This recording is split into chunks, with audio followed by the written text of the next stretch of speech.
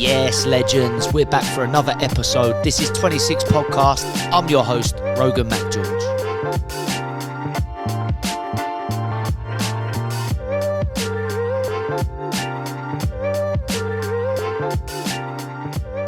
Welcome to 26 Podcast. Today I am joined by Sam Wardrop. How are you, Sam? Very good. Thank you for having me on. How was the pronunciation of your last name? That was good. I was going to throw a wardrobe in there, but Why not? I'm used to it. I don't even hear it, to be honest with you. Just hear wardrobe, whatever. Yeah, either will do. I have been following your journey, which we're going to get onto your journey and what you're doing right now. But first off, what I'd like to do is take it back to the start and what your earliest memories of football are. Earliest memories of football, probably. I probably started to realise I had a bit of talent when I was around 12 years old. But all growing up, it's changed now. But I think, from the ages of like 5 or 6, as soon as you were allowed out to kind of play by yourself, it was straight down to the local football pitches where I'm from in Glasgow and just play football until it was dark and be maybe home for dinner. And then if it was summer, you'd be back out for football again.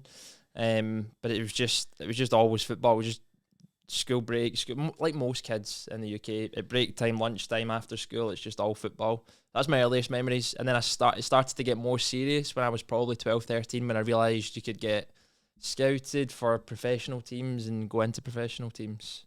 Yeah, that stage when you're just playing at like 5, 6, 7, and you're innocent to the world in the world anyway, but the footballing world, you're innocent to it as well. As we know now, there's obviously complications and it gets a little bit, how do I say it?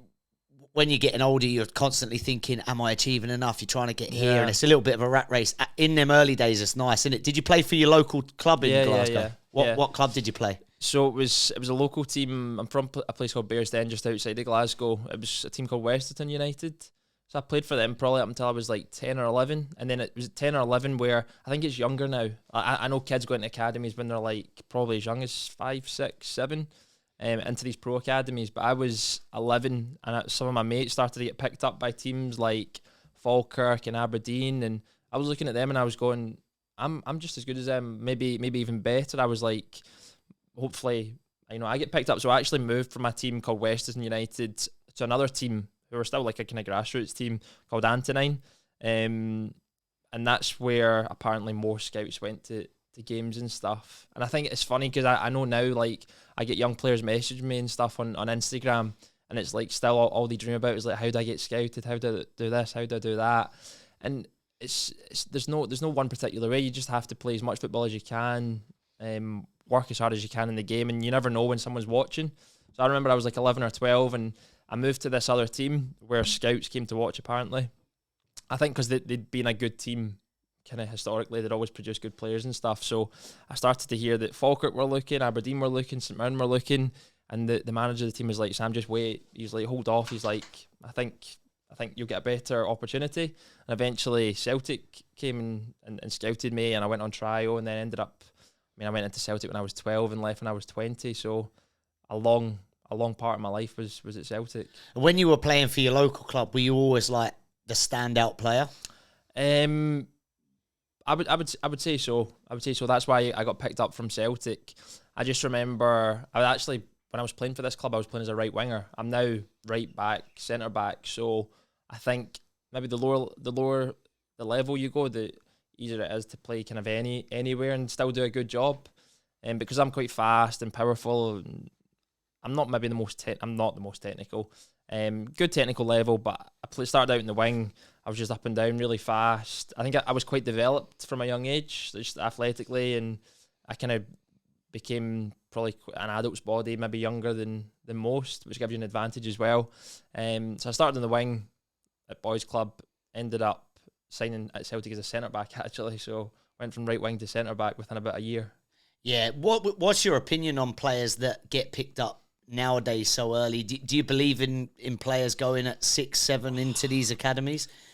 I personally, I'm not a huge fan of it. I think your kids should just be allowed to enjoy themselves, enjoy being a kid and enjoy growing up being a kid and not just playing football, doing whatever they want, but also being encouraged to do other things as well. I think I think if your kid just wants to play football, fair enough. But if you as a parent are only making them play football, I don't think it's a good upbringing for them. There's players that play at the top level who have told stories, they've done podcasts, and you hear about their upbringing, and it's like a multi-sport upbringing, and it's good for your development as like mentally, but also physically. I did loads of sports when I was a kid. My mum and dad, I was lucky. Mum and dad really kind of encouraged me to do loads of different sports, and I think it removes the pressure as well. If you've got a kid who's 5 years old and you're drilling into them every day, you're going to play for, say, Celtic, you're going to play for Celtic, you're going to play for Celtic, and it's all about football. Say they get to 15, 16, and they're not going to be a professional, or maybe they get to 20 and they don't have a contract anymore. It's like their whole life they've thought, I'm a footballer, which isn't, it's not a healthy upbringing. I think you have to have more of a balanced upbringing, and albeit if you want football to be the thing, yeah, push it, but don't let it consume you, or don't let it consume you as a family or as a player. I agree. I think that when you're at that age as well, you can, because you're so young, you're still learning whilst you're having all this fun. You're playing with your mates, you're playing with your local club, and then I'm in the belief of, look, if you're talented and the kid is showing that they want to play more, you can take them to extra sessions and give them a little bit of extra development. But I see, having been in the industry many years now, that it can get very intense very quickly. And again, I've got a very similar view to you. I just think they're kids. Let them play, go and have an ice cream and enjoy it, because one day it will get to the stage that we've both been at, where you go, right, this is getting really serious now, and it can weigh you down in some ways and really play on your mind. So I think it's important that kids are kids.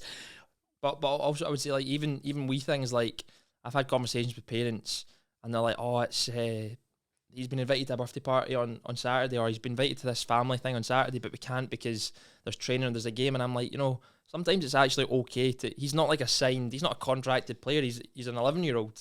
Yeah. Like, maybe go and do that like every once in a while and let them live a normal life. Yeah, and what you said about doing multiple sports, I think is important as well. Like, we were having a conversation the other day, I loved playing rugby at school. And you never really realise, even at that stage, it wasn't advised for me to do it, because I was obviously in an academy back home. They weren't wanting me to play rugby, but I look back at it now and I go, I had a very, very short time of being able to play it. So I'm so glad that I didn't listen to who were telling me not to play, because that was the only time in my life where I got to play it. Now I don't get the time. You might have learned things as well from it, like maybe makes you more aggressive, more physical, which can help your football as well. Yeah, definitely. There was a time, obviously, where Celtic come knocking on the door when you were 12 years old. How did it come about with Celtic signing you? So it was an interesting one. So I was playing for this other grassroots team, and there was a scout that was watching me play for this team, and I was obviously playing right wing at the time, and he was watching me for maybe 4, 5, 6 weeks, and then he was actually a teacher as well. It was a guy called Charlie McGarvey. He was a Celtic scout, and my school team played his school team, and I played centre back for the school team, and he saw me play there, and he's like, that's Sam's position. So straight after that game, he was like coming on trial. So I trialed for maybe, I think it was through the summer, it was like 4 or 5 weeks. And I remember playing one game, and I had a great game at centre back, and straight away they were like, let's go, let's do this, let's sign. And it was unbelievable, because I think at that time, you become more kind of used to it as the years go on. When you become in the Celtic environment and stuff, the novelty of it wears off a little bit. So when I was 11 and 12, I was like, I could not believe it. Like, I remember being so nervous going up to my first training session. It was a new team, new players, a new level of football, and it was this big club, Celtic. I was like, this is unbelievable. And you get a little bit more used to it as time goes on. You become more, what's the word, just kind of like, you kind of it becomes just kind of more normal just playing for them. You kind of learn that, right, okay, it's a big club, but you're a good player, you deserve to be there, kind of thing. But I just remember driving to training with my dad and stuff, and I remember being like, I'm so nervous. I used to get really sweaty hands, and there was a thing, just like being polite and stuff, you'd go in and shake all the coaches' hands when you arrived. That's right. And I remember I used to have my hands in the dryers in the car, like trying to get them to stop sweating because I was so nervous. But it was good, really good memories though. So yeah, I signed there when I was 12, just like as a kid, really. Went through all the age groups, and then you sign your first contract. I was offered my first contract when I was 16, when you're allowed to sign professionally. It's good that old school feeling of hearing somewhere you were playing at a grassroots game and you get scouted. That was how it was when we were growing up, wasn't it? Whereas now I think because these clubs have so many systems and so many sort of levels that players are always all within their systems. It's probably true, actually. I never really considered that, but you're right. Yeah, there was an old school way of going like, oh, I got picked out of that game. It's a good feeling. It was a little bit more back in them days. That was how it was, wasn't it? You could just get... Making me feel old, man. Like back in the good old days. Yeah, you're not as old as me, mate. It was good feeling, wasn't it? And it was what you said then about you always got told a scout could be anywhere at any time, and that was how it was back then, wasn't it? It was just. But to be fair, it still goes on now, because I was speaking to a scout at Man City, and he was saying, he was like, Sam, he's like, no matter where you are in the world, we will probably if there's a camera video in that game, we'll be able to watch it. Right. It was unbelievable. He was like, there could be games in like the most like remote place in the world, but if it's being filmed, the chances are one of our scouts at Man City will probably watch it. And I was like, and back then when I was playing at grassroots level, the games weren't filmed. Nah. So it's a different way of doing it now. So maybe there might not be a scout at the game, but there probably be a scout watching the game, because they've got these. Is it Vimeo? Veo. Yeah. Veo. So the Veo cameras. Yeah. They've it's like obviously got a big database or whatever. Yes. You think with the VO, there could be so many eyes on. Yeah. Lies many opportunities. Probably explains when you turn the TV on, you see a transfer, you're like, how on earth does that happen? Yeah. But it does, doesn't it? It does happen. What was it like at Celtic as an environment in the academy? Obviously, it's a massive, massive club. You're a Celtic fan, aren't you? Celtic, I became my dad's from Edinburgh, so he's a Hibs fan. Right. So I wasn't really brought up supporting, any team in particular. I went to a lot of Hibs games when I was younger, so I probably started off a Hibs fan. And then being at Celtic for 8 years, being at any club for a period of time. When you play for the club, you tend to support them, I think. So yeah, the environment at Celtic though was unbelievable. It's one of the best. I mean, I think at these academies like Celtic, Rangers, Hibs, Heart, like the top academies in Scotland and England, you'll get looked after really well. The coaching will be amazing, the facilities will be amazing. We went on great trips, travelled the world with Celtic, which was ridiculous when I think back on it now. You play top level players, and it's funny now being 26, you see who's gone like to this level, and it's interesting to see everyone you've played against over the years, whether it be like international games or Youth Champions League games, and you see where they are all over the world playing their football. So you get the best possible experiences as a player, as a developing player. From things to like your physio, your recovery, your nutrition, your sleep, they look after you really well. Yeah, and in the academy environment, once you're going through, so I found that when you're going through different stages, like joining high school, training is still very intense, 2 or 3 times a week. I'm guessing it would have been for you guys. How did you find that? Being a young kid, going through those different sort of stages you go through as a teenager, but also having that always there intense. Did you find that was easy for you to deal with? It's just about what you're willing to do. My family were big on education as well, so I had to, as hard as I worked at football, I had to work that hard as well when it came to the school and exams and studying and stuff like that. And I probably started then, but I've always been a planner, so I always really enjoyed planning my time, planning my week, planning my days. So even at school, I remember using just timetables to be like, okay, Monday, Tuesday, Thursday, Friday, I'm training in the evening, which means, okay, if I get up an hour earlier on Monday, Tuesday, I can do kind of some extra studying to help with the exams. So it's tough. It's an intense schedule for young players. I went the Celtic run a project, they still do it now, where you go to the school that they kind of are based in. So it's not their school, but it's a school in Glasgow, and they essentially send a lot of their players there to get extra training. So there would be days where we would train like 3 or 4 mornings a week, and then we would also train 3 or 4 nights a week. And you'd be leaving the house at 6 a.m, getting back at 8 p.m. sometimes. So it's a long day with school in between, obviously.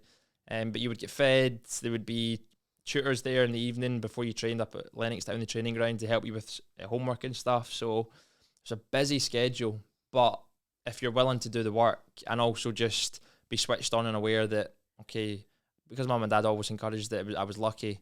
If they hadn't, I maybe wouldn't have focused as much on the education side. But if there's any parents or young players watching this, it's important to focus on that side too. Yeah, for sure. I couldn't agree more. It's a busy schedule for a young life. Even there, what was it, 6 a.m. to 8 p.m. Yeah, yeah. It's a busy schedule for a young. It's a long day. It's a really long day. For anyone, it's a long day. It is. You're out the house, especially as a young kid, but it's kind of makes you stronger as well, like kind of mentally and physically. It's almost survival of the fittest. Like there'd be some players who it just wasn't for them, and they're the ones who kind of fall away and stuff. So they're almost testing you as well. Yeah, that's what I was kind of getting at, because I've got many examples where lads that I grew up with in the academy that were talent-wise probably up there with the best that I'd ever seen. But when you get to that age and it does become intense, goes back to what you just said then in terms of how much you actually want it, how much you're willing to put in. Yeah. Football is, yes, you have to have technical ability, but I realised quickly growing up that actually I look at the players that were probably the most successful. It was about their mentality, what they were willing to do that others weren't, and fitting all of that around being good in training every day of the week, not just one or two and then sacking the rest of them off. So it's an intense life as a footballer, even at that age. And that's kind of why I asked that question, because I want the viewers to understand, maybe those that haven't been in an academy environment, that it is an intense business. You can constantly being judged, essentially, or say judged. You're being assessed. You're being. Yeah. It's a lot of pressure. Yeah. But the way I see it now, like, and looking back, is I see it as like an endurance test. Because see all these players that run these academies, it's because are playing professionally when they're 18, 19, 20, 21. It's because they've got ability. But for me, looking at the players who I played with who are still playing, it's the ones that were just willing to endure everything. So endure injuries, endure not playing, endure being told that they were rubbish, endure like all these challenges and setbacks, because there's so many of that. Football is like, it's a complete roller coaster. There's not many jobs like it unless you're in another sport. But for me, it's like, I'm looking at the players now. There's maybe, say that I had a squad of 20 players I played with growing up through the academy. There's maybe less than 10 still playing professionally. And I look and go, you guys are the ones who I can see now, they're just really tough mentally. They endured a lot. So that's why I see football as an endurance test. So I think for young players, it's like, if you actually just keep going, by just the fact that the other right back in your team might not be willing to endure as much. That's sometimes how you make it as a footballer, just being willing to really endure for as long as you can. That's really it, I think, because it's tough. Football's tough. It is, and I guess even the most successful players, there is setbacks. There is, we had a conversation just a moment ago about you could have thousands of people that are in support of you, and one's always going to be willing to tell you that always you're crap, you're rubbish, you're not good enough. Says interesting point actually, to almost embrace the bad that comes with the good and makes the really good or the success worth it, because you've overcome those little niggles. Really, really interesting stuff. When you were at Celtic and you're travelling and in the academy, because it's so intense, as we know, the football environment needs banter and winding each other up. What was it like at Celtic? Was it a good group of lads? Yeah. But I think that's part of it as well, like, that people don't see, fans don't see, is like the changing room and stuff like that. It can be a tough place as well at times. Brutal. But it can also be like, it's a family away from family. You see your teammates more than you see your family and stuff a lot of the time. But I think as a youngster growing up, you're so close. It's like, it's pranks. It's like almost verging on, not bullying, but like just picking on each other, slagging each other off. But then also, that these same guys that are slagging you off will be there to like really support you on the pitch, or you're essentially, it's like a family. It's like brothers, almost, kind of like arguing and fighting and stuff like that. But that helps really develop you as well as an individual. And we had some great characters in our team, like guys that make you laugh, guys that you just hate, but also love them at the same time, because you knew that you were kind of it just made you really strong when it came to match day as well. Were there any lads in your team in the academy that went on to make it? Yeah. The biggest player is Kieran Tierney, KT. Oh wow. He's the one out of my age group at Celtic who has done the best. There's a lot of players who are still playing pro in Ireland, Scotland, England. But yeah, KT, he's done unbelievable, What was he like? Could you tell that he was? So KT would tell you the same thing. Up until maybe like 16, 17, he was maybe second choice in a lot of occasions for left back, left wing. But I just remember, I think I've told this story before, but I remember him coming back one year for pre-season, and he was just a machine. Like, he was an animal. That the one thing that always stands out in my mind is when we were about 17, he started training with the first team, and we were the under 20s at the time. It's reserved or B team now. And he came back over to do just to train with the 20s. I can't remember why.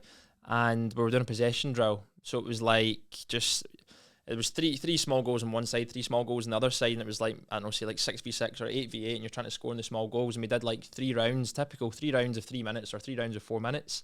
And at the end of each 3 or 4 minutes, he would be lying on the ground, like, just absolutely done in. But then as soon as the minute recovery went, he'd be straight back up, and he was just, the intensity that he brought, I was like, my God. I was like, imagine it, because I worked hard and brought an intensity to training every single day, but the level he was operating at that day was here. And then from there on out, it was every day he was operating at that level. Like, just the intensity was unbelievable. He just left nothing. And he wasn't unfit. That wasn't why he was lying on the ground. It was just because he gave everything for those 3 minutes.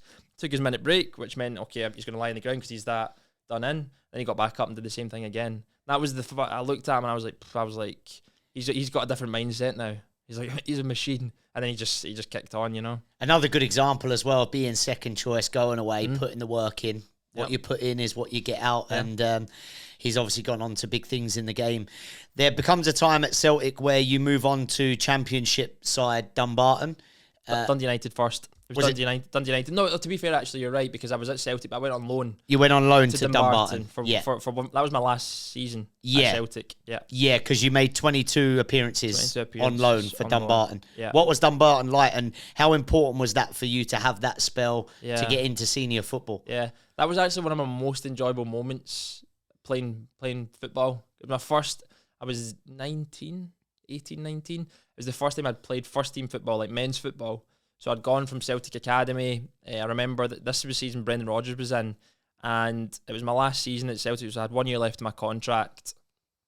And I remember having a conversation with the head of Academy, Brendan Rodgers, and it was like, okay, you need to go out on loan, because if you do well, there might be another year here for you, another contract, or at least you'll have this full season of first team games potentially if you play with this loan team.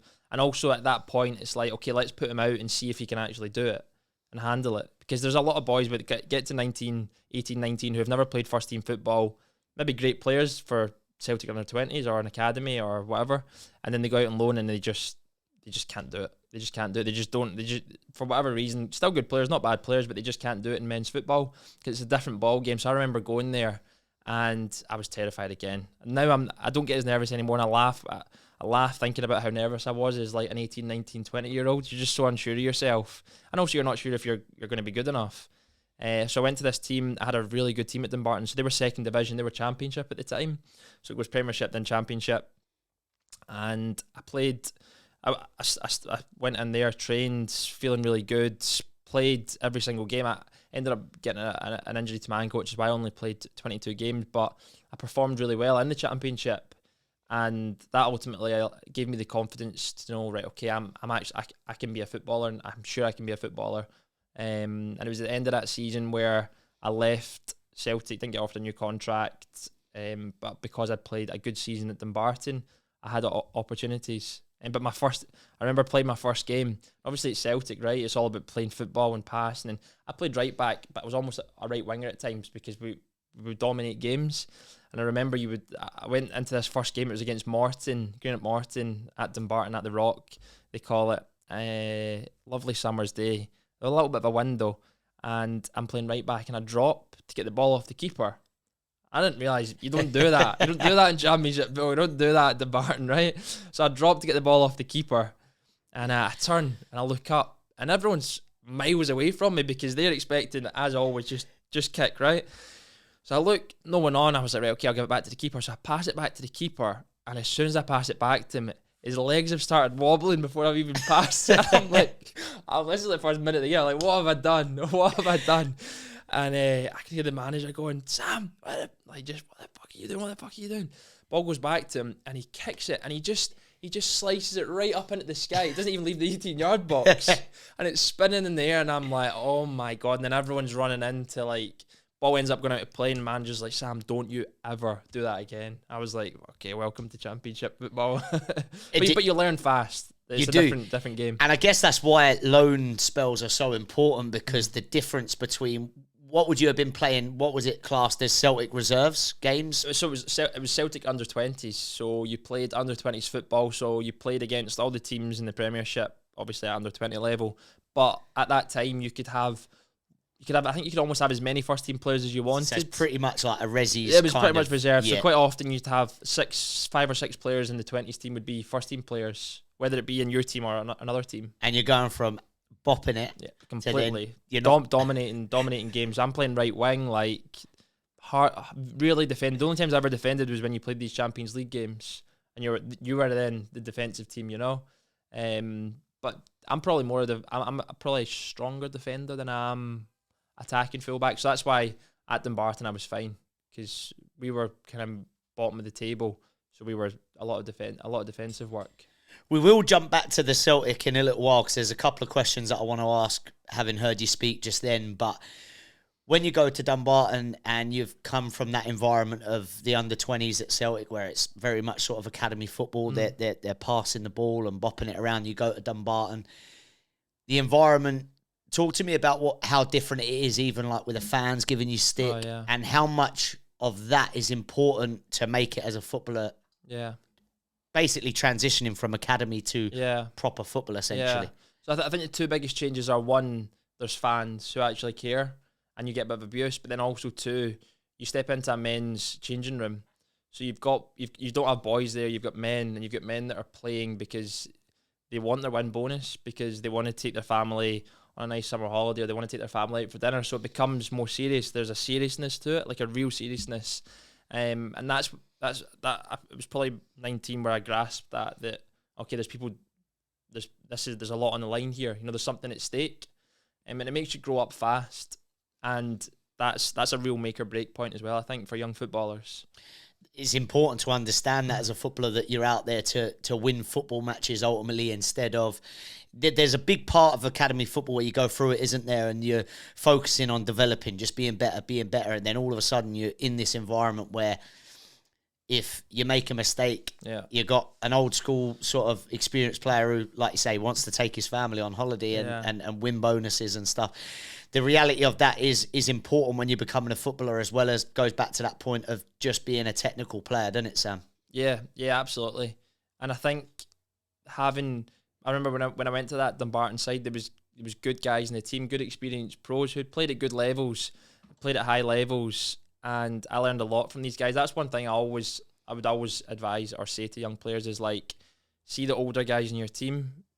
You can potentially learn a lot from them, whether it be their habits pre-training, post-training, their habits on the training pitch itself in terms of the intensity that they bring to the session, and also their habits on the pitch. That's how I learned a lot, in terms of I would look at players, whether it be Celtic first team or in the Dumbarton first team, and I'd be like, right, what do they do? What do they do well? I'm going to try and do that because it worked for them, so it'll work for me. So it's a good learning process as well, that when you first step into men's football. Who was the gaffer there? At Dumbarton? Yeah. It was a guy, Stevie Aitken, and Ian Durant was his assistant. So Ian Durant was a big player in Scotland as well. But the two of them worked really well together. We had a really good team. We had a great cup run as well. There was a cup, I can't remember what the name of it is now, but it was called Iron Brew Cup, and we got to the final of that. For a team like Dumbarton, it was a big achievement, and we had good players that had played at like Rangers and Motherwell and stuff like that. So it was a real mixed team. What was he like, the gaffer, with you, because you were a young player coming into that environment? Did you need looking after? Were you that type of character, or not really. I think they had respect for me because I was performing, so I was doing a good job on the pitch. So they had that. You get a level of respect, from the other players and the manager. Because I think sometimes when you're at a club, maybe like a lower league club, and you're maybe 25 to 35, and a young 18, 19, 20-year-old comes in from like a Celtic or Rangers or whatever, 100% they're either going to be a good player or they're not going to quite cut it. So that I think the first few weeks is a bit of like, let's see what he's like, if he can handle this. And then if you prove you can handle it, you do earn the respect to the changing room and the manager. What was the professionalism like from the players? So I'm guessing at Celtic, you're at the top end. Mm-hmm.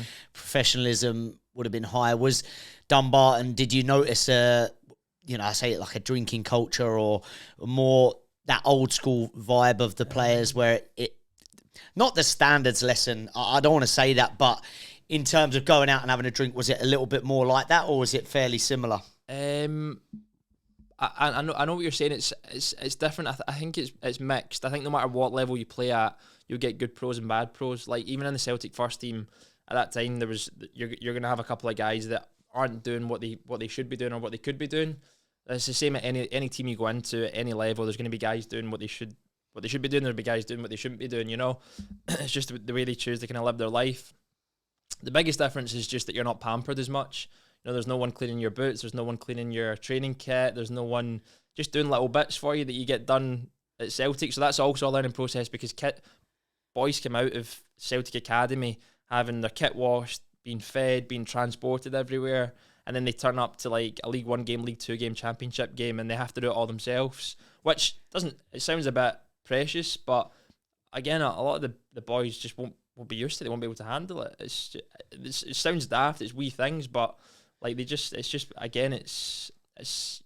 get treated too well when you're at these academies, I think, to be honest. Yeah, and like you say, because the reality is most players are not going to have that treatment through their full career. Yeah. It's going to be at a lower level. It sounds precious, but again, it is just what you're used to, I guess. Yeah. So I know that you then moved on after you had your loan spell at Dumbarton, you signed for Dundee, but I do just want to hop back. I felt like I moved on a little bit quickly from Celtic, if you don't mind. Were you training in and around the first team at Celtic?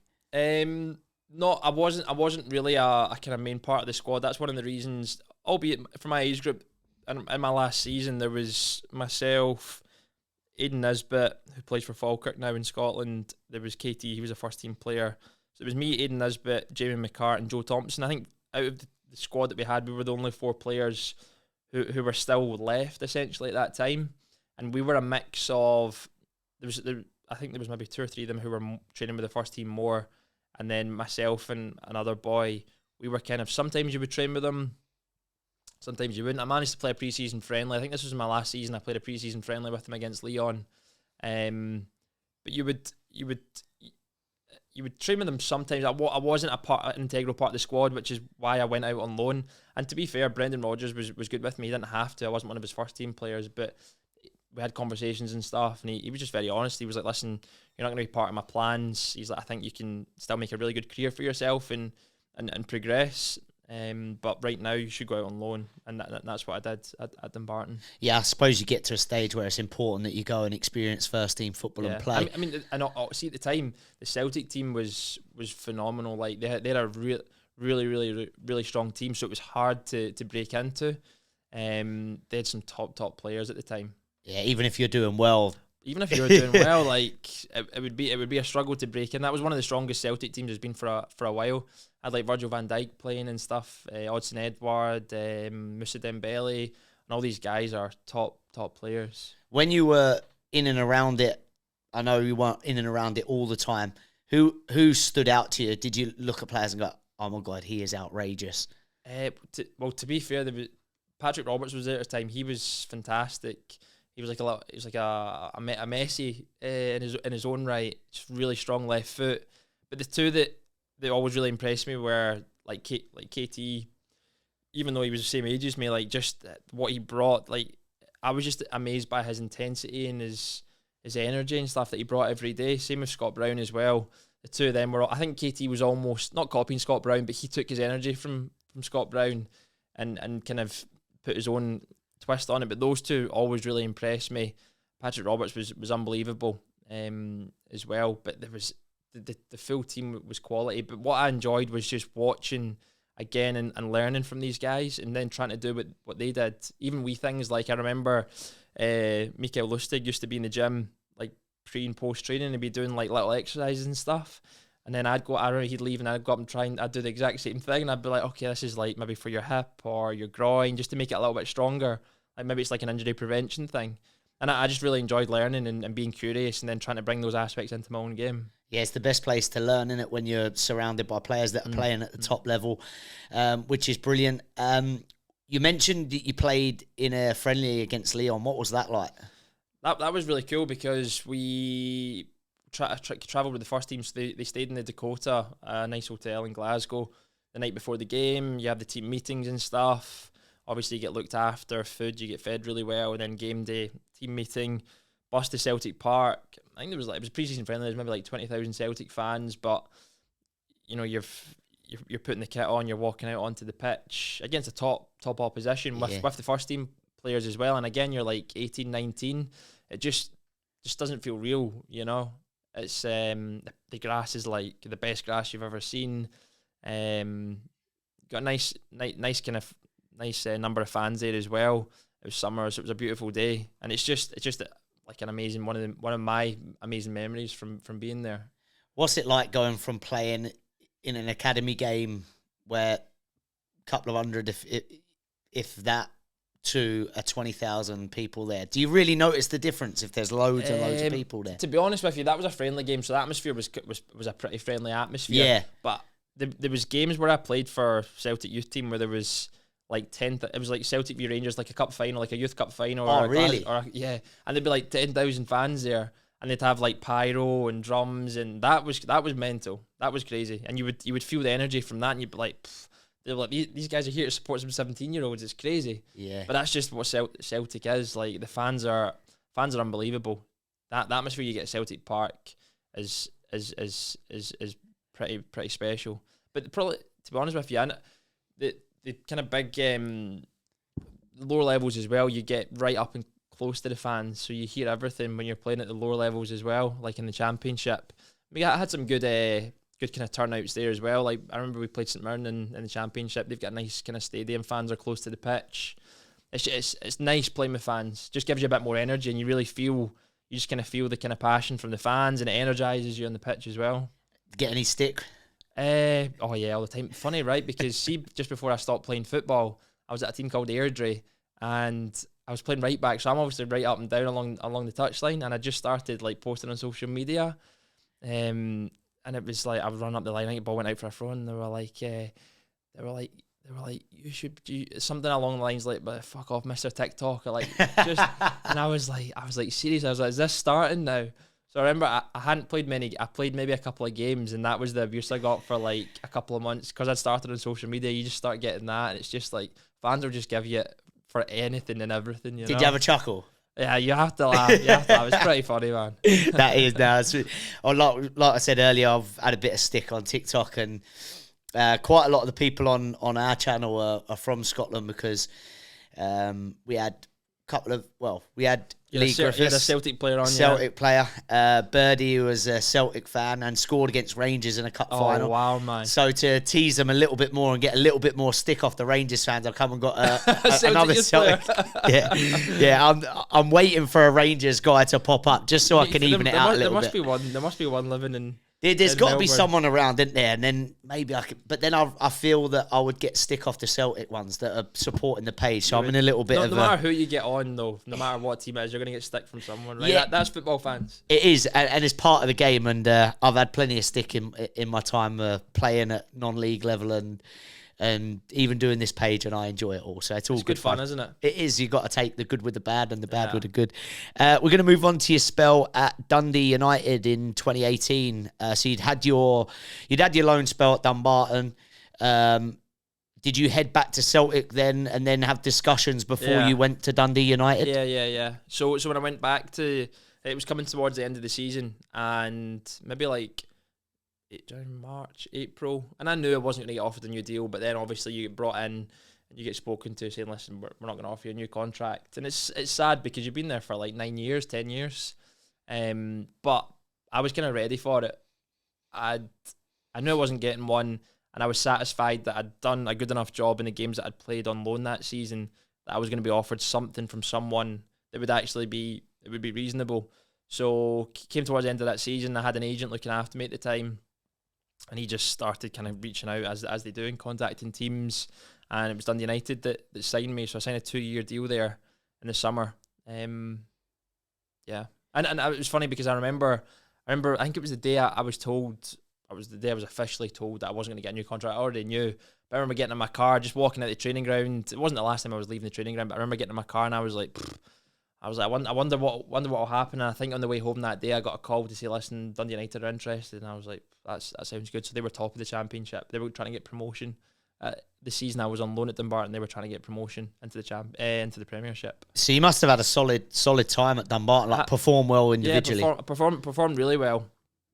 Albeit I had a small ankle injury, which that's why I only played 22 games. But I was really comfortable in there, and I was confident. I was like, I'm gonna kick on, and I knew I was capable of kicking on and playing at a higher level than Barton. And even when I got the move to Dundee United, I remember chatting to my agent, going, right, we'll use this as a stepping stone onto the next thing. Yeah, it's interesting to know your mentality. What was it like when you turned up at Dundee United? Did you get a good feel for it from the off, or? So Dundee United was a roller coaster. That was one of the toughest times I've had in football. I could speak for a long time on it, but there was just so many things that weren't right, but also that were right. So I went to Dundee United because it's a massive club. They've got great training facilities. They've got a great stadium, and that really enticed me. I was like, this is a great place to develop as a player, and also they've got a really good history of like nurturing young players and going on to do really good things. Like Andy Robertson's one of the best examples. So I was like, this is going to be a really good move. But I moved there and I just didn't get a good feeling. There was a mixed changing room of players. You always get that at clubs. There was a mixed changing room of players. The manager was straight away from the start. He'd been slaughtered the full season previously because he didn't get promoted. Basically terrorised by the fans. He was Romanian, I think, Shabalazlo. I could be wrong there. So, but his English was okay.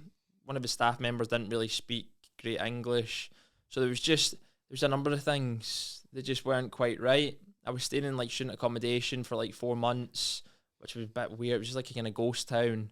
But that's just part and parcel of making the transition because I moved from Glasgow to Dundee, so I was probably not that settled. And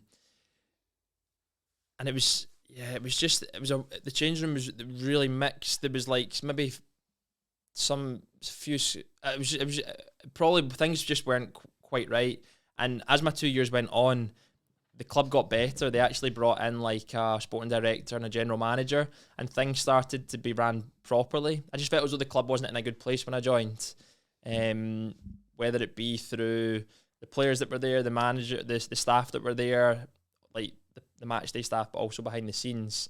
And I think a lot of people would agree with that as well. But as my time went on, they actually brought in people who ran the club properly or better than what it was when I first joined. But I went there obviously with the intention of moving on. Got injured. There was a change in manager. We didn't get promoted that first season, and I was out for a year. I ruptured my ACL. So the toughest time actually at Dundee United though was when I joined in the summer. I had a good pre-season, did all right, but then I didn't play. And then up until Christmas, didn't play. That was the toughest time I've ever had in football because all you want to do as a footballer is play. I found that really difficult. I was just training all week and there was just nothing. And I was really, really down, which obviously doesn't help your performance as well.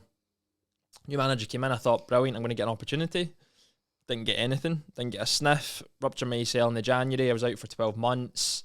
And then after those 12 months, I then obviously had only 6 months left of my contract, went on loan to Dumbarton again. It's a lonely place when you're injured at a pro football club. Was there anyone there to support you? I know obviously the physio would have been helping you with your rehab, but you just said that it was a tough time and understandable.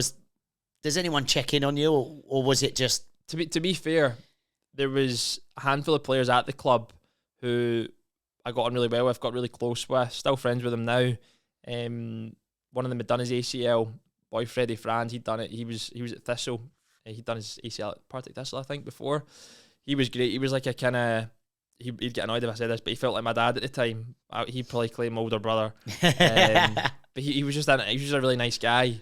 Just kind of always there to kind of make sure I was all right and stuff like that. And there's a couple other lads as well, which were really good. Because they know what it's like. I was 20, 21. You're still young. I mean, I'm 26 now. If I saw a 20, 21-year-old, I'd be like they're still like so young. Young player, like a long time ahead of them in terms of playing football. So there were some good lads in there that looked after me, which is what you need. Yeah, you definitely do in times like that. The physio was fantastic. The physio was unbelievable with me. A guy called Marson. Who was the coach that come in and didn't give you an opportunity, but did they? Who was it? Robbie Nielsen. Right. So he's at Tampa Bay. I think he's at American team now. Right. But his management style just didn't suit me at all. Like, there was no man management at all, really. Like, I remember him saying, he sat me down in his office one day and he said to me, because I was studying a degree as well, and he was like, I'm 20 or 21, and he's like, I think you should maybe just focus more on that studying, just do that. I was like, what? But you know what it's like, football's so subjective. Like, he could have been a different manager, and in his eyes, I could have been the best right back he's ever seen, Yeah.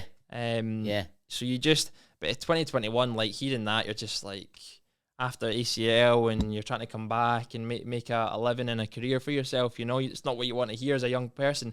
And me now, I'm thinking, if I was a guy in my like 30s or 40s, whatever, and I said to a young player, oh, by the way, like, maybe you should chuck this. Like, I would never say that to a young player, But you meet lots of different characters and people on your journey. So, some good, some bad. But it's just, again, what I said at the very start, it's like just this endurance test. Yeah. If you have to endure it. It's just part of it. Did he have that conversation when he just first come in? I can't quite remember. It was quite a while ago. That's probably just his way of saying you're not in my plans, but you'd probably rather him just say, look, you ain't going to play for me, so have a look at different options. Yeah, exactly. It's easy enough, isn't it? Yeah, I know. Just be upfront and honest. That's what I appreciate, but I can't remember if it was before or after my ACL, because he'd come in and I didn't play, and then I ruptured my ACL in the January. But to be fair, the club looked after me.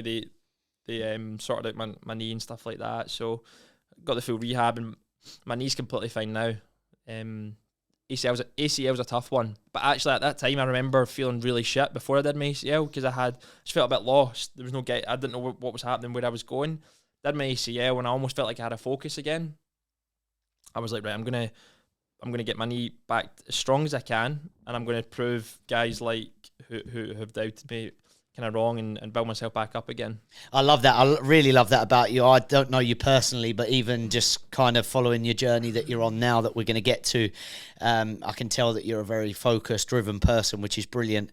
After that Dundee spell, you went back to what you knew a little bit with a loan spell to Dumbarton again. Were you relieved to get out of that like Dundee United little spell that you'd had to just go back to somewhere where you knew you'd done well, you probably knew the people around the club? Was it a release going back there? That was part of the reason why I'd gone back to Dumbarton, was because I was like, I had a great time here. My first time, I was like, I want to do it again, kind of thing. So it was just a relief to get back playing and training again, because even the manager, the manager I'd had at Dundee United, he, for some reason, you have to train before you play on your return from, like, your return phases from an ACL injury or any injury, and he wouldn't let me train with the team, which it was just a bad time for me. So it was just a big relief to actually just get back on the pitch, back training, and just being like, okay, I think I've put Dundee United just behind me. I'm going to just look forward now, give this a good crack at Dumbarton, and take it from there. So when you say he weren't allowing you to trade with the team, were you with the kids or? Yeah. And I was a first team player. Yeah, of course. What was his reason behind that? Just you're obviously not in his plans, right? Exactly. Yeah. But I'm just like, and I know that does happen at clubs, but I think it usually happens if someone's been like a bad egg, like if a player's done something or they're just being disrespectful to or whatever, because I've seen it happen before. But I remember I think my agent had to phone the club to say, listen, Sam doesn't want to stay here. He just wants to train so he can then go out and play, So we got over that though. We got through it. I can't even remember. I think I ended up training again, and then ended up back at the Barton, and then that was just a shit show because then COVID hit, right? And it was just. Well, it's a weird one for me because even if you're training, like you've just come off the back of an injury, like I get he's probably said you're not in the plans, but if you come in and train and you train really, really well, who knows? Well, that's exactly it. But when you're never given that opportunity, like it's so hard as a player, right? You're like because you haven't done anything. You're like, and you're not even being given a chance, essentially, are you? Nah. How was it when you returned to Dumbarton? Was it everything that you needed? So when I went back to Dumbarton, it was the January though, but that was 2022. Same coach? No, different coach, Right. different coach, a few different players. But again, I think I only played 3 or 4 months. Then COVID hit, so then football stopped. So then it was quite a stop-start. Then that next year was quite stop-start again. Frustrating. Really frustrating. I couldn't get a run at it, you know. I'll tell you what happened. That season was fine, but I fractured my eye socket. So I got elbowed in the eye. I got elbowed in the face, fractured my eye socket. Can't catch a break, right? Literally, yeah. So a lot of, again, I go back to this endurance test, like, and I remember that happened. And after all the shit with, like, the manager at Dundee United and not playing and then not training and then injuring my knee, I fractured my eye socket. My mum's like, my mum sent me down. She was like, do you really want to keep doing this? And that even crossed my mind. And I was like, this is just an injury. I was like, this is just part and parcel of football. And she obviously she's not in the sport. When you're a player though, that's all you think about. You just think about, it's okay, it's an injury, right? Okay, let's recover, let's play again. When can I get back? Yeah. But that was a nasty one, that eye socket. I remember went straight to the hospital, and the surgeon was like, ended up being emergency surgery and stuff. The surgeon was like, you've got scanned. He's like, part of the contents in your eye is dropping down into your sinuses. He was like, don't blow your nose. I think blow my nose, my eyeball pops out. But he was just like, it's just standard. He's like, cause of the airflow and stuff.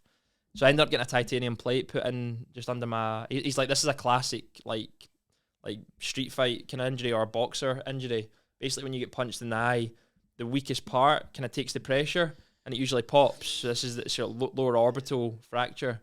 But it was pretty nasty. Yeah, that is nasty. Just copped an elbow, yeah? Elbow, yeah, just up for a header. The guy did That's this. that Scottish football, mate. Physical, Scottish get it football. forward. That's it, yeah. That's why they should just allow you to drop in and play. I don't even have to deal with that. You signed after your loan spell at Dumbarton. Yeah. So you were at Dumbarton and you got your eye socket injury. So you made 7 appearances on loan, then it was 17 when you signed permanent. How did that work? How much of that did you play after your eye injury? So in fact, sorry. So that's those 7 games, and then the 17 games were that first year. I think that was through COVID. So that would have been 2021 probably. Yeah, 20 to 2021. That was 2021. Yeah. Yeah. So basically that season was fine. Or was that was COVID 2021 or 2022? It was 2020, 2021. It was COVID in and around that. So that's why the games are probably broken up, because I remember they shortened the season and stuff. Yeah. So I actually stayed fit that full year. It was 2022 that it was. So you were at Dumbarton. When did I stop playing? Was it 2022? Yeah. Yeah. Because in 2021, that's where you joined Airdrie. Did I say that correctly? Was it 2021 I joined Airdrie? Yeah, that's what my research tells me. No, you're right. That's it. That's spot on. So yeah, that it was 2021 I fractured my eye socket because it was the end of that season. It was May time. Okay, all right. I think I'm on the time track. It's a little bit difficult with COVID, isn't it? Because it was such a crazy time of. Well, so that season I was on last 6 months of my contract at Dundee United, and then I signed for the full year at Dumbarton. But that was it was broken because of COVID.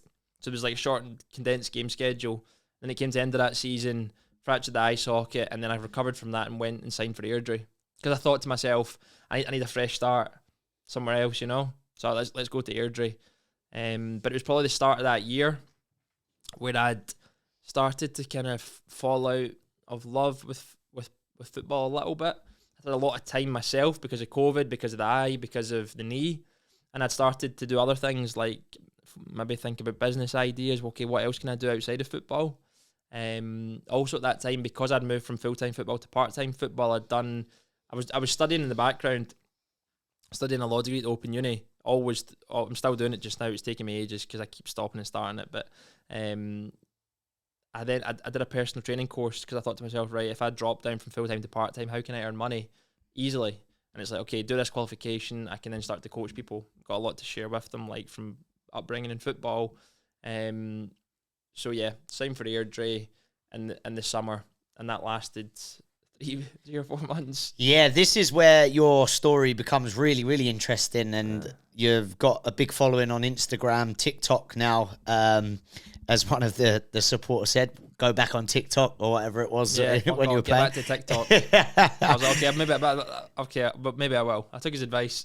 But this is interesting because you had a year contract at Airdrie, and then 2 months in, you went and sat with the gaffer and told him that you wanted to be relieved of your contract. Yeah. And he thought you were off to another club, right? Yeah. But actually, it was because. Talk to me about your feeling in that moment of going, because that's, again, young professional player, to go in and actually go through with that move of saying, right, I'm on a contract, but I'm not going to see it through. I want to get out of it now, and not to go to another club is probably one of the only cases. The only case that I know of a young player doing that. Talk to me about where your mind was at and basically the reason as to why you decided to do that. So that year, I was probably the reason I moved from Dumbarton to Airdrie was because I didn't feel quite right. Something didn't feel right around football. I felt like a chore. Honestly, I felt like a chore. I felt like I had this big weight on my shoulders. So I moved to Airdrie thinking we'll make a fresh start again kind of thing. And I remember just feeling like I felt like I wanted to do a lot more, but football almost was like kind of dragging me down, holding me back a little bit. I wanted to really focus in on the content and creating content on social media. I wanted to really spend more time. I remember working on my business, and then it come to like 5 o'clock, 6 o'clock, and I'd be like, shit, I need to go to training. I thought to myself, I shouldn't feel like that. I shouldn't feel like I don't really want to go.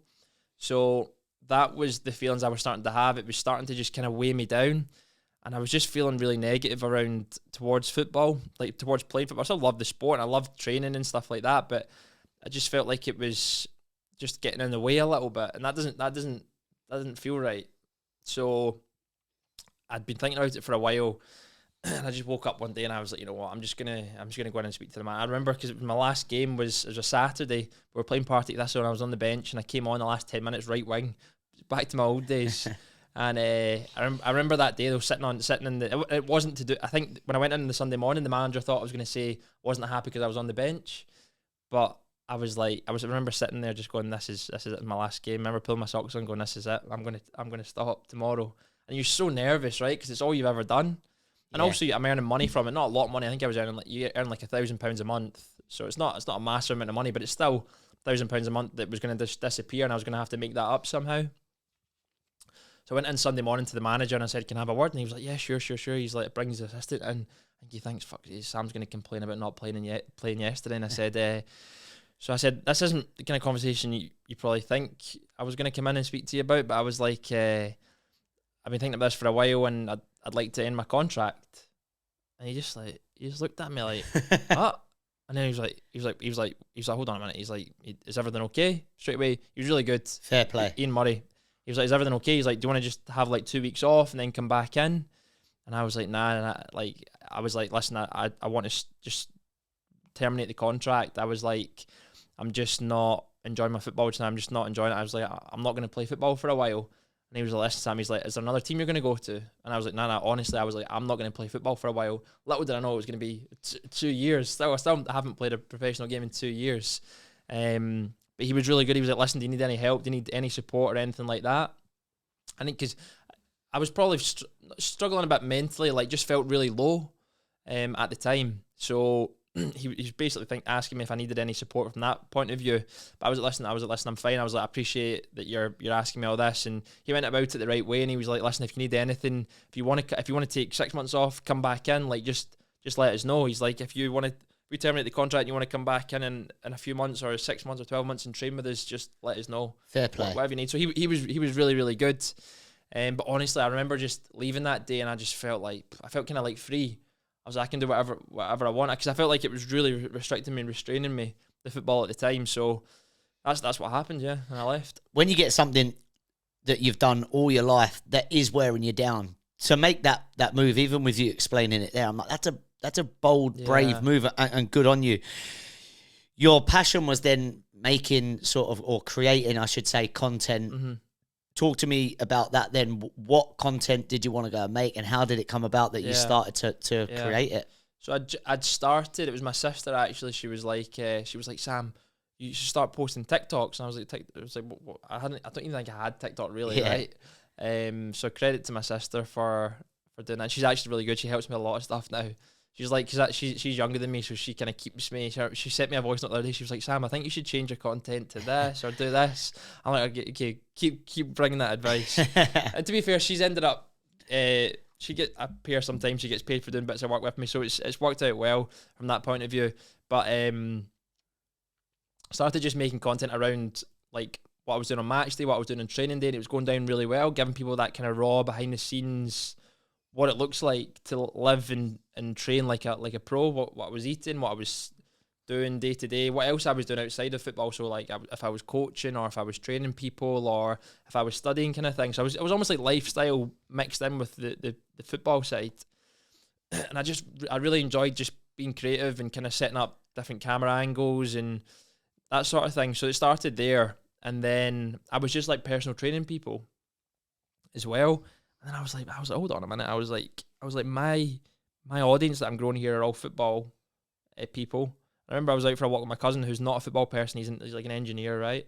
And he's like, he would play on his laptop. He play video games, not football. He said to me, he was like, why don't you go? For some reason, he just said to me, it was the best thing I've ever heard him say. Actually, he was like, why don't you coach football players? And I was like, I don't know why I don't coach football players. So then I made that transition. So I continued to make football content, but then rather than training anyone, I just started to focus more on football players. And as the social media grew, I then was able to grow a kind of online coaching business through that called the Player Program now. So that's my main business now. So I create content for players, for football, for educational, inspirational, motivational. That's the three things I always say to myself. Like, is this content educational? Is it motivational? Is it inspirational? So that's what I try and base my content around. And then some people who enjoy the content will end up becoming members of the program that I run. And essentially it's a mentorship. So we mentor them one-to-one with all the things that I learned over the years, whether it be fitness or gym or nutrition or mindset, recovery, all that sort of stuff. Yeah, that was the one thing that stood out to me when I was researching and I had a look at your website, is that I guess a lot of people focus on just one element of coaching or one element of football. You're kind of open to helping with all of it. Yeah. We've spoken a lot today about there's lots that comes with being a footballer or being an athlete at any elite level. You're very open to sort of being that coach, but also being that mentor as well, which is really good. Is that the sort of vision that you had from the start? You wanted to help with it all? Yeah, so basically, right, see, we talked about how I found it quite challenging when I was 18, 19, 20, 21. Like, whether it be from being really nervous going into like a first team dressing room to dealing with managers, to dealing with injuries, to dealing with like all these setbacks that you get as a footballer. And I remember at the time thinking, like, obviously my family are very supportive, friends are supportive, but there's no one really there to really guide you, really mentor you. You have good coaches, you meet good people, but there's not always someone in your corner like kind of fighting for you or someone that you can turn to.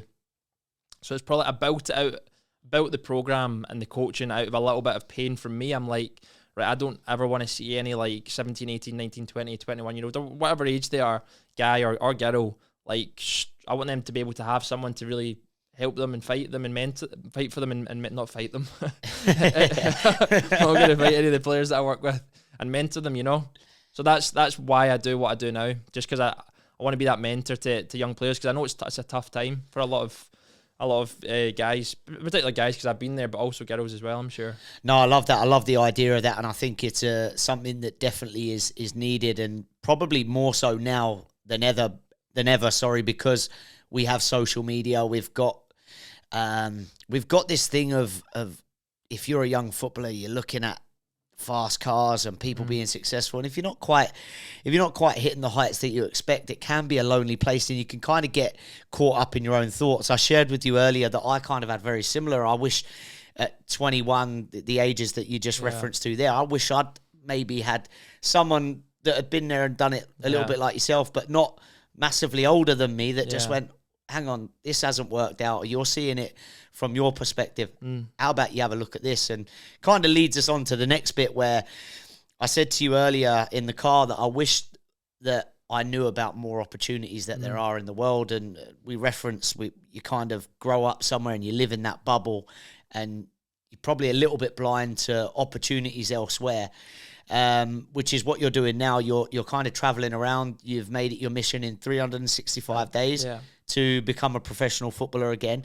And as I say, genuinely, I watched your videos, and it's amazing what you're doing. It really, really is, because I've always wondered, for instance, Dubai. What's Dubai like? What is it like living there? What is the football like? What are the facilities like?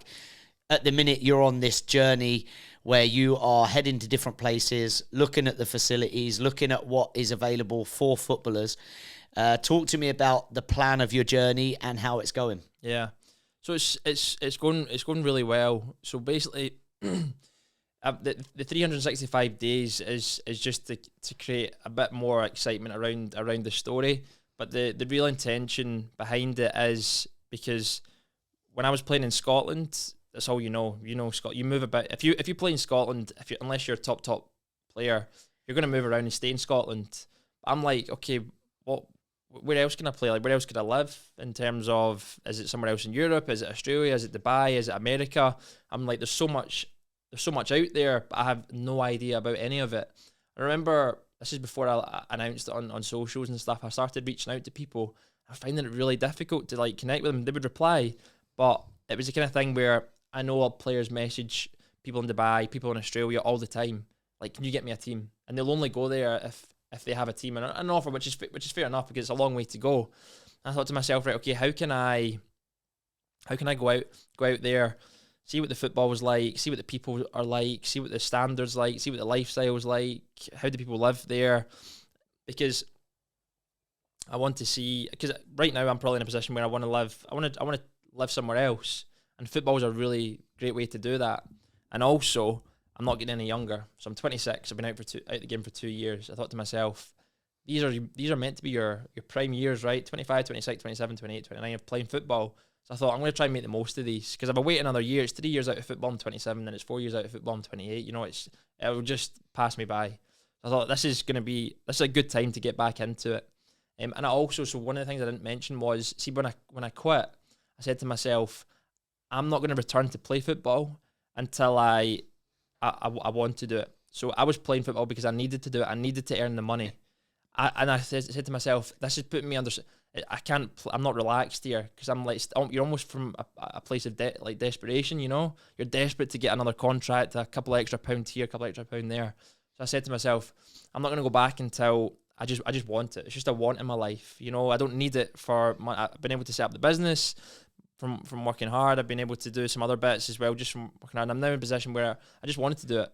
So that there's a couple of different reasons to it all, but right now I'm really enjoying being able to travel. I traveled to Dubai, got really immersed. So it's not like a holiday. So I'm actually living in these places, and that gives you a really good representation of what it's like.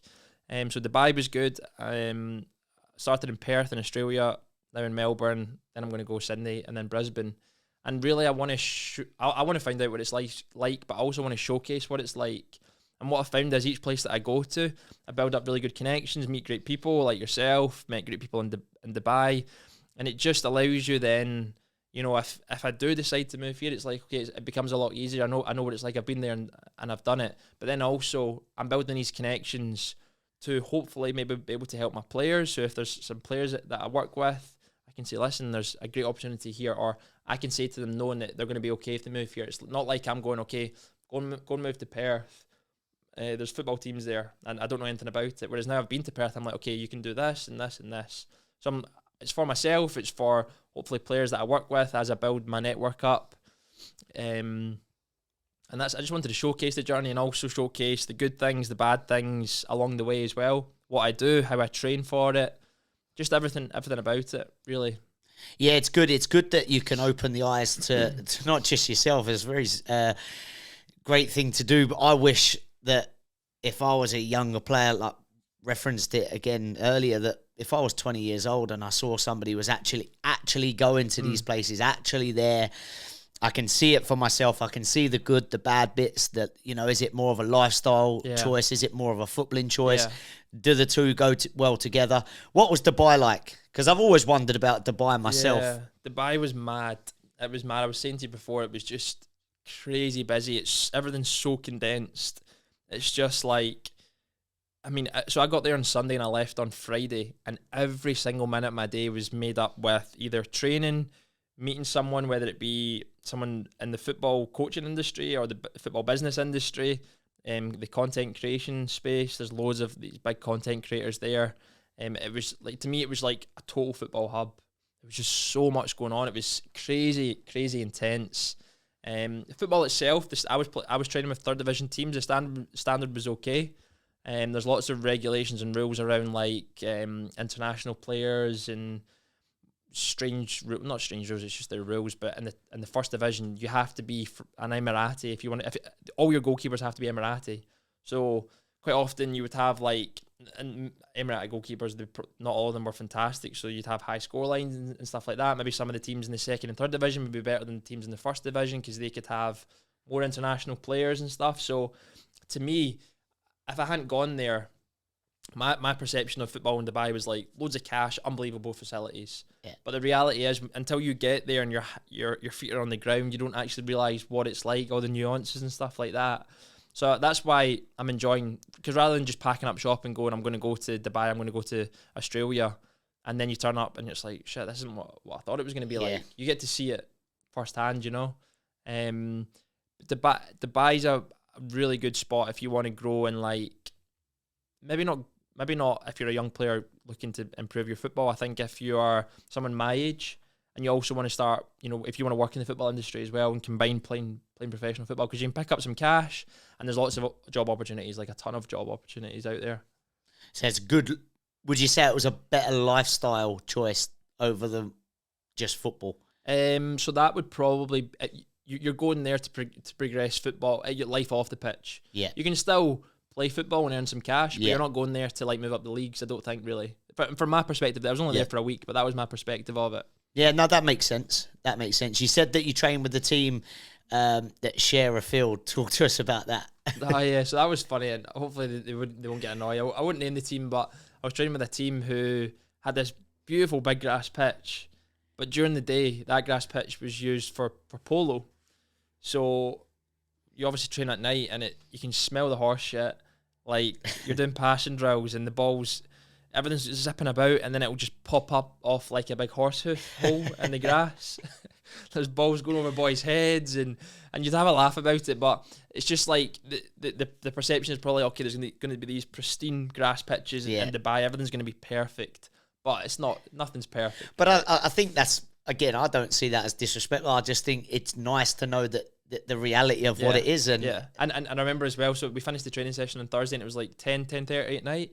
So what they do is at 10 o'clock they've got floodlights on, but there's houses that overlook this grass pitch. See, at 10 p.m, blackout. I mean, it's dark there, it's dark. But then all the boys disappeared. I'm left with the coaching staff and they're like, we need to move all these goals off. I was like, fuck's sake. So there's usually guys that do it. There's like maybe 5 or 6 goals, and we have to walk them. For some reason, we've situated ourselves at the opposite end of where the goals need to go. So we're lugging these huge big, and the pitch black, can't see a thing off the pitch, and it's like you're dragging it through like the horse shit, because it was kind of like the goals and stuff were kept at the stables, and I was just laughing like no one would have a clue that this is like this is what it's almost it's so normal, you know. People think, oh, there'll be guys like packing everything up for you and you just walk straight off into your shower, then into your car and home. But it's just funny. We had a good laugh about it. Like, it's just the reality of football. Then you made the trip to see a good friend of mine, John Bird, in Perth. Yep. And you spent a bit of time training with Mandra. Yep. How was that? Because Perth is a beautiful place, and I have to say about the sunsets there, it is the best that I've ever experienced. What was your time like there, mate? Yeah, so it's funny because I never realised that it was well known that the sunsets were unbelievable there. And I remember going to the beach one evening and I was like, my God, this is unbelievable, like stunning. So Perth was beautiful. It was quiet. compared to, like, for example, compared to Melbourne or compared to even being in Glasgow and stuff. There's a lot of lovely beaches. The sun, it was so hot. It was like high 30s, which was lovely. Coming from like the freezing cold in winter, right? You got beautiful sunrises, beautiful sunsets. The weather was great. I was staying just south of Perth, so in Mandurah, and Beardy was excellent. I played against Beardy back in Scotland a couple of times, and we're trying to figure out like when it was. I think it was actually my first loan spell at D Barton when I was at Celtic. That was the season I played against Beardy. But it's just funny how like you end up meeting people and reconnecting with people. That's the beauty of football. What I've discovered over the last couple of months is that the football community is really, really good. Like, people will, if you're a good person, you're respectful, people will welcome you in and they'll look to help you, which has been really nice. So Beardy was my first stop in Australia, and he was fantastic. Lovely family. They looked after me, made me feel really really at home. Showed me around Mandurah and stuff, which was fantastic. And I trained with the boys only twice, unfortunately, because that just the way the timings worked out. But great group of lads, and they've got quite an international team because they don't have any visa rules. But again, like, just the facilities that they have, they've got really good facilities. They're lovely grass pitches, great changing room, and it was what I loved was it was a real community club.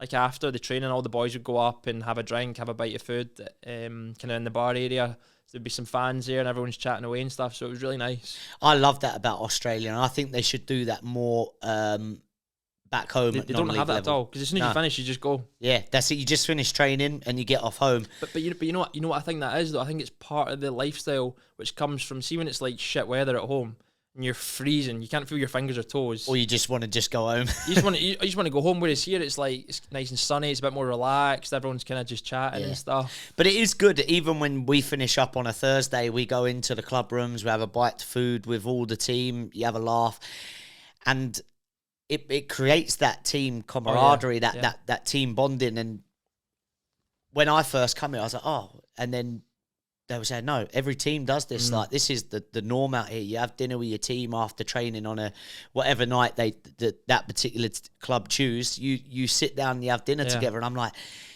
they should do that back home. But then it is, like you say, it's a lifestyle thing. You're freezing cold. You just get in your car. You want to go home. That's just the way that it is, I guess. But I think it would help. I still think they should do it back home or introduce it for sure. When you were in Perth, you trained with Mandurah. How did you find it with those guys? It was really good. Obviously, I know Griff from back at Celtic. When I was a youth player, he was playing in the first team. He was flying. He scored some. We were training a couple of nights. He scored some crackers, some unbelievable finishes where it's just like you stand back and clap. Overhead. One of them was an overhead kind of like scissor kick on the volley. It was just tremendous. Obviously, there was also ex-internationalist Rhys Williams as well. He played for Socceroos and Middlesbrough. So you got a nice mix of like older players, not old guys, but just not even that. Lee's only 33, I think, or maybe he's a bit older. But some like guys that have been there and done it, really, really good standard, which basically help everyone else, like brings everyone else up. And then they've got a mix of young players who are really good. Then you've got a mix of players who are kind of just in their 20s who, again, are balancing work and part-time football, but really good standards. And I think they had a nice balance of those kind of experienced players. And as well, like, what I noticed was Beardy, obviously just that Scottish kind of culture, that football culture, like really driving the standards and the intensity as well. Yeah. Which, one thing I noticed was when I first went to Dubai, football was a bit slower because of the heat, though, I think, as well. And I come to Australia, football's again a little bit slower, but I think it's because of the heat. But then it's good to see like someone like Beardy like just driving the intensity and the standard of the session, because I think that really that will set apart the team from other clubs, because I feel like maybe not all the teams will be like that. Yeah, it certainly is what Beardy is used to.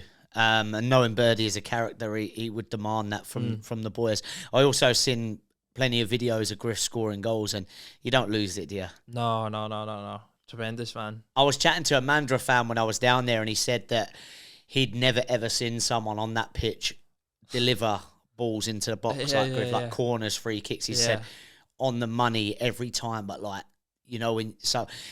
someone's delivering the ball, they're delivering it, but this guy has got whip, dip, strikes it so well. He scored a couple of free kicks for him we were Has looking, it, yeah, we were looking at the videos when we went down there and just like, it's a joke. And I asked a few of the lads that were down there, you know, what's it like playing with someone like Griff who's achieved what he has in football? And they're like, mate, you just look at, similar to what you said there, you just go, you see him finishing and that, or if he opens up on that left foot and whips it in, and you just, you know, like where everyone just stops and just fair play, fair play. You then made your way down to Melbourne, and you've trained with a team here, Bulleen. How did you find it at Bulleen? Good. Again, it's interesting. I just find it really interesting discovering the kind of football landscape. So at Bulleen, the majority of the players are Australian. So there's only like 2 or 3 international spots. I think it's 1 Asian player and then 2 from outside of Australia, like a Scottish boy and an English boy. Oh, the Scottish boy, because I'm friends with him. Yeah. That's how I made that connection there. I played with him actually at D Barton as well. So I'm using my D Barton connections. It's funny how you used all your connections all across the world, isn't it? That's why I think it's important to, as you're a young player growing up, is to be really respectful of everyone you meet within that football environment, because you never know when you might meet them again, or they might need you, or you might need them. So trained with them, that was again really interesting. They've got a really good setup. They've got a nice, again, community kind of club. You know, lots of academies going on. They've got a really nice training ground. They've got a nice gym. Staff were brilliant. The manager, a guy called Jules, he was really, really welcoming actually. Which is just nice. Like, you're a foreign player coming in, the last thing you want is to be like manager being awkward with you or players being awkward with you, but they're all fantastic, really nice lads. And again, it was just interesting to see, because they're MPL 2, which is like 3rd division if you go A-League, MPL 1, MPL 2. So it's again interesting just to see the different standards of players, different levels. Quite a young team as well, so we did old v young, and I'm now the old player. So, see when I stopped playing, I was just on the cusp of being young. I'm still young, right? Now I'm old. Now I'm an old player. I'm like, you know, the first time when you go into that old team, you're like, nah, because you spend so long in that young team, in the young one, going, old man. Like, I used to look. You're like, I'll never be one of them. You do though, don't you? You're like, you do, I'll never be over there. Like, or it'll be ages till I'm there. Yeah. I remember I'm 32 now. And I remember like yesterday being 20 years old, for instance, and looking at someone 32 and going, mate, you're old. And now I'm 32. And you still feel young as I you do, do, yeah. You're 22, 100%. Yeah, still mess around, act like a kid, like I did when I was 20. So I remember that feeling of going, I'm in the old. Like, I've had the realisation this year, Sam, that I'm the oldest. I'm actually the oldest in the squad. The oldest. I'm the oldest. And oh man, that must part be of tough. me, every time someone mentions it, a part of me just like dies. I'm like, surely we've got some 35, 36-year-olds coming in just to average it out a little bit. I'm the oldest in the squad.